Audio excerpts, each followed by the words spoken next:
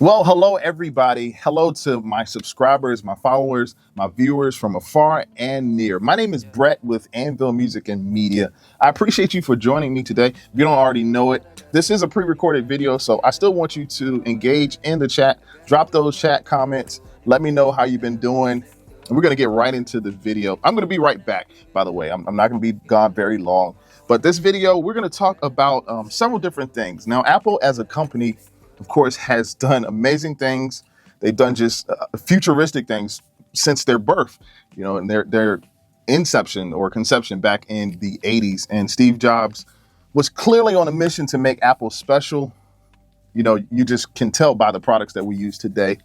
But we're going to talk about some future innovations and some possibilities that Apple has. And in order to look at the future of Apple, you kind of sort of have to go back in the past and see what Apple has sort of done. So, what the question is today, what's next? What's next for Apple, in terms of their services, their subscriptions, their products, just in general?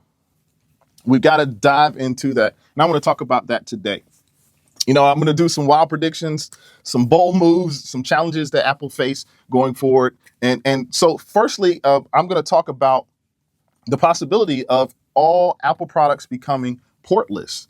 Now, would you imagine that? All Apple products being portless? That's unheard of, right? Well, it's possible. It's possible. Could you imagine not having any cords or having any cables to hook up to your computer? Everything is battery operated or wireless connected. I know I just bought a 3-in-1 charger for my iPhone and for my watch. It's been probably about 6 months ago. And that thing is it's just eliminated all of the cords and the cables.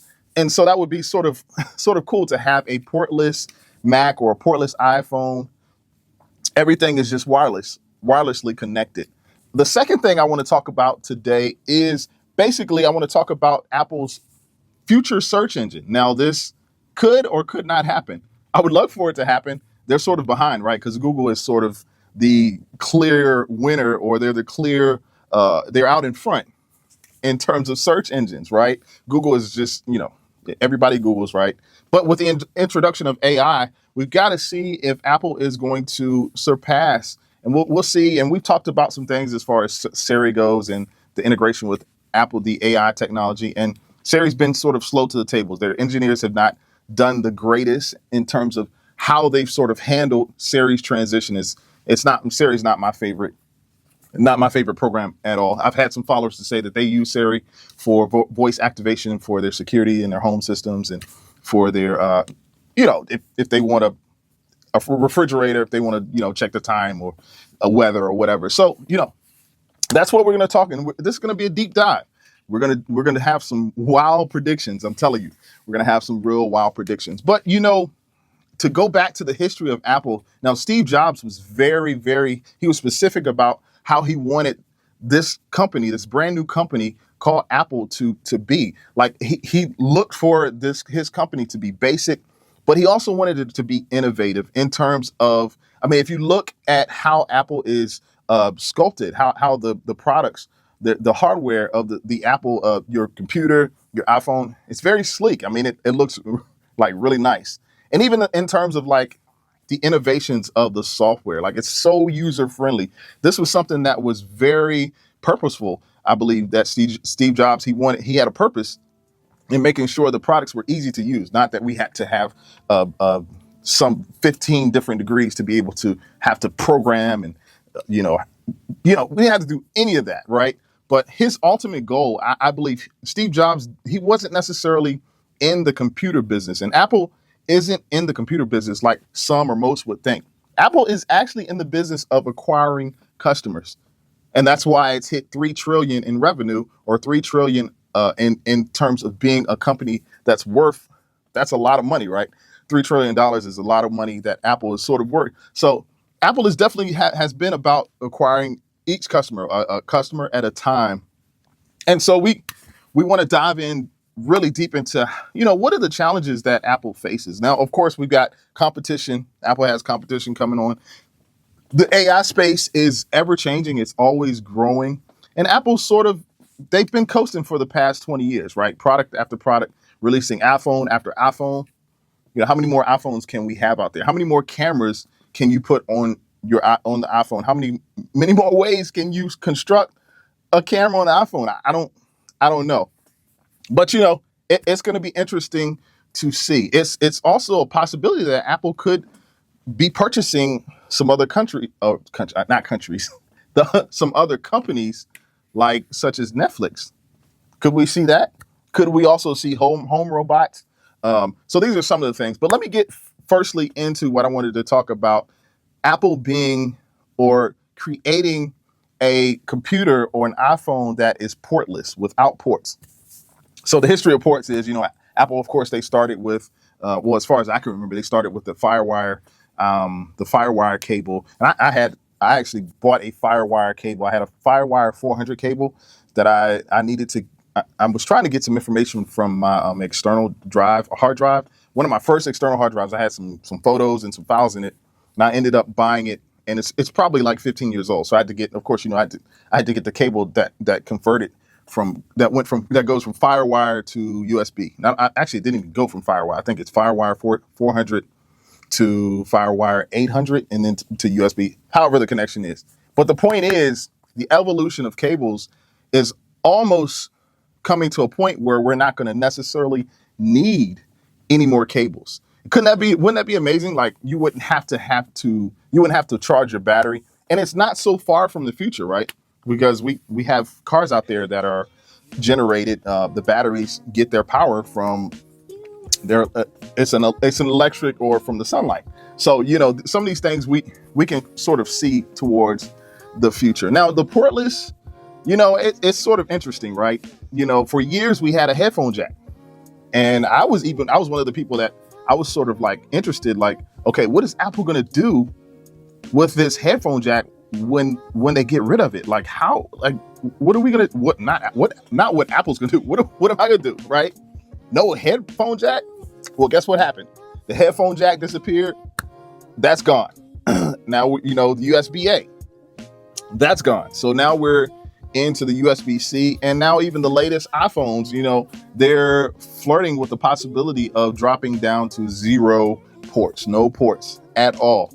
This could happen, and it seems kind of terrifying, right? To not have any sort of hookups. But we'll see what happens with wireless charging. They have to have now I feel like there needs to be a better technology, because there are currently companies that have wireless technology, and it's too slow. It's just entirely too slow. The wireless data transfer is not perfect either, because I don't know if you guys use AirDrop. Sometimes it wants to work, sometimes it doesn't. It's frustrating to me. Even this video, I'm gonna have to transfer this video. I'm not gonna do it wireless. Yeah, well, actually, I am gonna do it wirelessly. But sometimes the wireless and AirDrop, I'm not a big fan of AirDrop, guys. By the way, I'm not a big fan of AirDrop. But wireless technology is just too slow, and it has to develop a little bit more for the portless idea to come about and to come to fruition, into reality, right? So let me know in the comments, do you think, give me a rocket or something, if you think Apple's technology is gonna go to the moon. Give me a sleepy emoji if you think it's like, nah, this ain't gonna happen. It's not gonna happen. So I'm definitely clear where I am. I feel like there's always hope for a future in terms of technology and what Apple's gonna do in the future, but we've just got to see, right? And maybe, they really have to take their time, right? So, and they have, I think one of the latest products, not that I think I know, one of the latest products, the Apple Vision Pro, recently was released about 2 or 3 years ago. Didn't do so well. And those of you that follow me know that I'm not a big Apple Vision Plus. It's big and clunky. Those are the goggles. I'm just not really a big fan of those. But, hey, I still love Apple's their minimalist philosophy, design philosophy.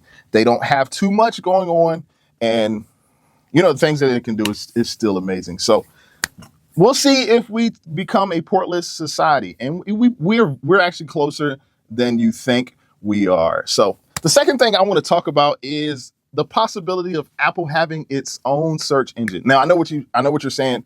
You're like, Brett, like, that's not possible. Google has been the top in the game for tens of 20, 30 years with Google search engine.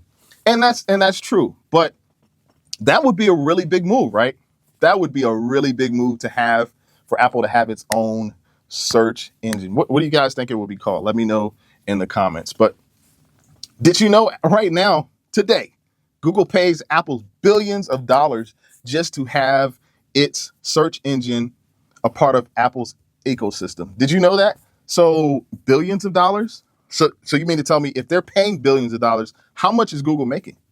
I mean, let's just park there for a minute.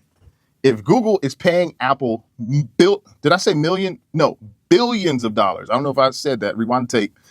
Scratch out the millions, put billions. Google is paying Apple billions of dollars to allow for Google's search engine to be in Apple's ecosystem. So the question is, well, how much is Google making if they're paying billions of dollars? You guessed it. They've got to be at least making that, right? And it's just to be a default search engine on Safari. No, I mean, I researched that the other day, but isn't that amazing, right? But I do know this, that Apple has to be working quietly behind the scenes to create their own search engine. They have to, and not just a search engine, but search engine technology, right? So Apple has been privacy first, unlike Google. Apple has been privacy first, and I'm glad for that. And there've been some rumblings in society and in the news about Google's issues with sort of holding on to your searches and turning around and advertising. But that's another story for another time. But think about it. Apple controls your phone. They control your laptop, your iPad, your browser, even your voice assistant, right? So if they create a closed loop search, it just would be, it probably would be amazing, because it would just like close the loop, and you would have to worry about Google. So it's just some things to sort of think about. There could be a search engine in the future. So I want to ask you, what would you like to see Apple to do with its search? Do you think Apple should come up with its own search engine? Type in the comments, yes or no. Let me know in the comments. All right, guys. So midway through the recording of this video, my battery light started blinking and I had to rush to cut it off. So I'm back here with, we can call it part 2. It's another day in the life of creator woes with technical difficulties. Anyway, let's get right into this article. I want to share this article with you. Now, this article is actually on Apple's website, Apple News. And the title of the article is Apple will spend more than $500 billion in the US over the next few years. So this is a lot of money. We're going to get right into it. And this speaks to the future of Apple and how they're looking towards the future of products. More importantly, AI and artificial intelligence. Let's read this. So the plans include a new factory in Texas. So it's going to double the U.S. Advancement Manufacturing Fund, whatever that fund is. But further down, it says Apple today announced its largest ever spend commitment, with plans to spend and invest more than $500 billion. Let's land on that for a minute. $500 billion in the U.S. on artificial intelligence. That's actually major.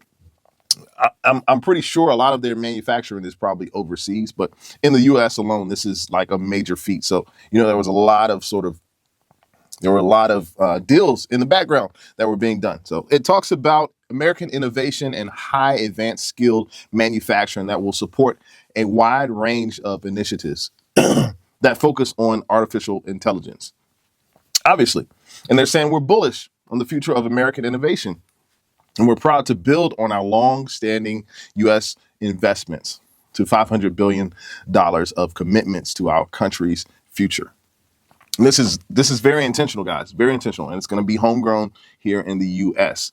Further down, it says, as a part of the package, Apple's and its partners will open a new advanced manufacturing facility in Houston to produce servers that support Apple Intelligence, the personal intelligence system that helps users write and express themselves and get things done. This makes sense, right? And I believe that's what they're trying to do with Siri right now. Like they're really trying to up the ante, or they're trying to speed up the process to integrate Siri into Apple, or with Apple Intelligence into the AI field. It obviously needs to be better. You guys check out my last video or last few videos I did on Siri and how embarrassing it's been, to the point that Apple execs are being shuffled and they're sort of been moved around, and some are replacing the new. There's a new exec that is replacing the old exec. So $500 billion commitment includes Apple's work with thousands of suppliers across the United States. I mean, what does this mean?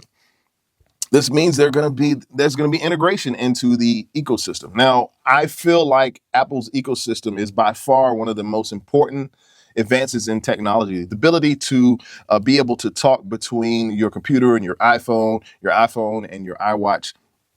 It's a whole big ecosystem, right? So today, Apple supports more than 2.9 million jobs across the country with direct employment, work with US-based suppliers and manufacturers, developer jobs in the thriving iOS app economy. There we go. So we've got the ecosystem and the economy, both very vital. So they're saying as a part of new US investments, Apple will work with manufacturer partners to begin production of servers in Houston later this year. It's a $250,000 square foot server manufacturing facility slated to open in 2026. So let's put a pin in there. So you know what's going to happen in 2026 then. There are going to be some products that are going to be coming out. So I'm not saying that 2025 is going to be a quiet year, but quiet doesn't necessarily mean no movement. You should always know that when it comes to business and any type of technology. It does not mean no movement. They're just working behind the scenes and working really quietly. Previously, here we go, manufactured outside the US, the servers will soon be assembled in Houston to play a key role in powering Apple Intelligence. There we go again. And also, they are the foundation of the private cloud commute, which combines a powerful AI processing with the most advanced security architecture ever deployed at scale for AI cloud computing. I'm telling you, don't count Apple out, because this is going to be major. It says further, teams at Apple designed the servers to be incredibly energy efficient, reducing energy demands in Apple data centers. So if they're already focusing on energy efficient products, you know that's going to eventually trickle down into the products that we actually use every day, like the iPhone. Therefore, pretty much, it's pretty much saying, which I said earlier, that these portless or potential portless items or computers, it's going to be something that's going to happen in the future. Incredibly energy efficient. I mean, that makes sense, right? As a part of the new investment, Apple is doubling its U.S. Advanced Manufacturing Fund, which was created in 2017 to support world-class innovation and high-skill manufacturing jobs across America. The growing commitment will increase the fund from $5 billion to $10 billion, focusing on promoting advanced manufacturing and skills development throughout the country. So, you know, this is a vast product. This is a vast project that's happening. So I'm sort of excited to see what happens and what goes on for Apple's future. Because like I said in the beginning, Apple is really solely focused on adding more and more consumers. I mean, how many people are in the world, and how many, you have to literally have been under a rock in Mars somewhere to not either own or know about an iPhone, an iPad, or a MacBook. That's just Apple's. They're far superior when it comes to advertisement. So, this is sort of an ongoing question as to, will Apple continue to lead technology and innovation in manufacturing? They're already leading in marketing, because that marketing is you sort of have to be able to market to a consumer, and it has to be user friendly, whatever you're marketing. So they've done a phenomenal job in this. And this article just says it all. So we're sort of, I'm excited to see. Leave in the comments if you think, Apple's not going anywhere, and it's probably going to get taken over. Google's on Apple's heels, Facebook, Meta. You have all of these different companies that are sort of racing to the next frontier of technology. I will say for sure, it's going to be something dealing with AI. We just know that to be certain. So we'll see what happens, and we'll see you in a little bit.